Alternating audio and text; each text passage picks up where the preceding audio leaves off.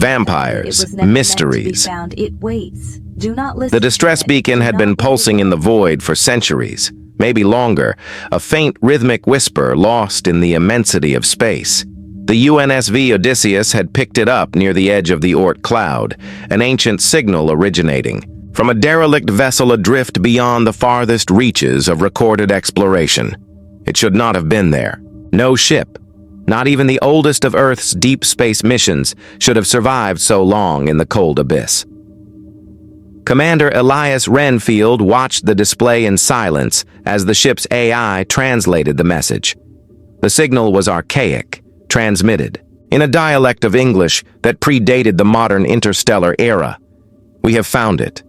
It was never meant to be found. It waits. Do not listen to it. Do not let it in.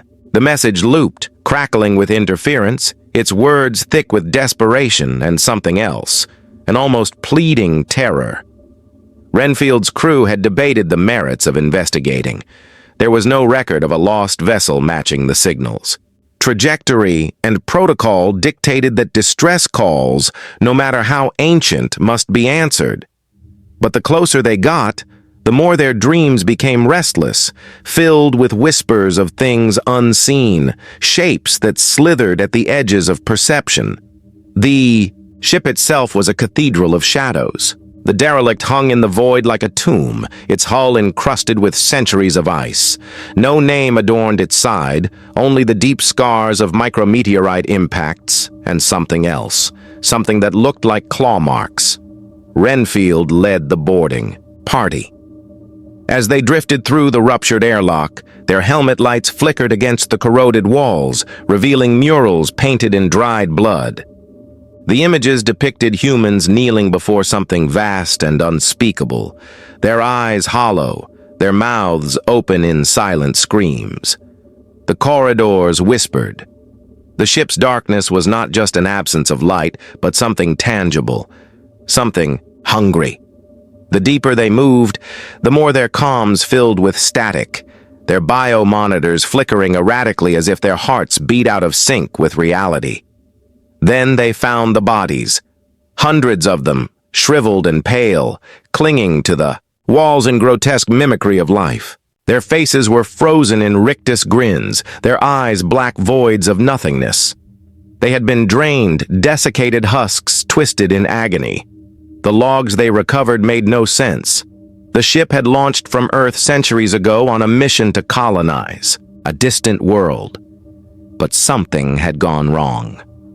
They had found something, a structure drifting in interstellar space, a monument older than the human race itself. The last coherent entry read, "It speaks in the dark. It calls to us. It is inside. Us now!" And then they heard it, the voice.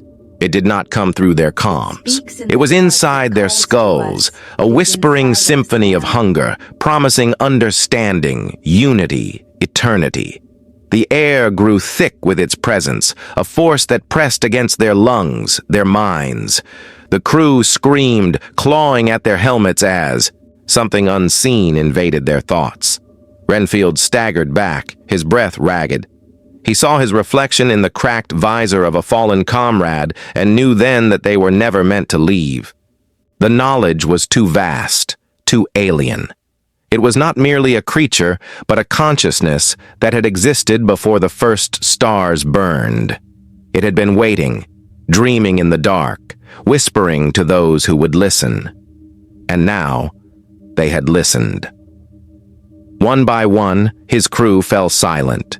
Their eyes turned black, their movements slow and deliberate. They smiled at him, their lips parting to reveal rows of needle-like teeth. "We are not lost," they whispered. "We have become." Renfield ran, sealing the bulkheads behind him, but he knew it was useless. The ship was already awake. The hunger was inside him too, curling around his thoughts, promising eternity. As he initiated the self-destruct sequence, he saw the stars outside the viewport shift, bending in unnatural angles. The derelict ship had never been abandoned. It had merely been waiting. His last thought as the explosion consumed them was not of victory nor defiance, but of the vast, indifferent void and the things that lurked beyond human comprehension. He had sought knowledge, and knowledge had devoured him. The signal continued to pulse in the silence, reaching out for the next to listen.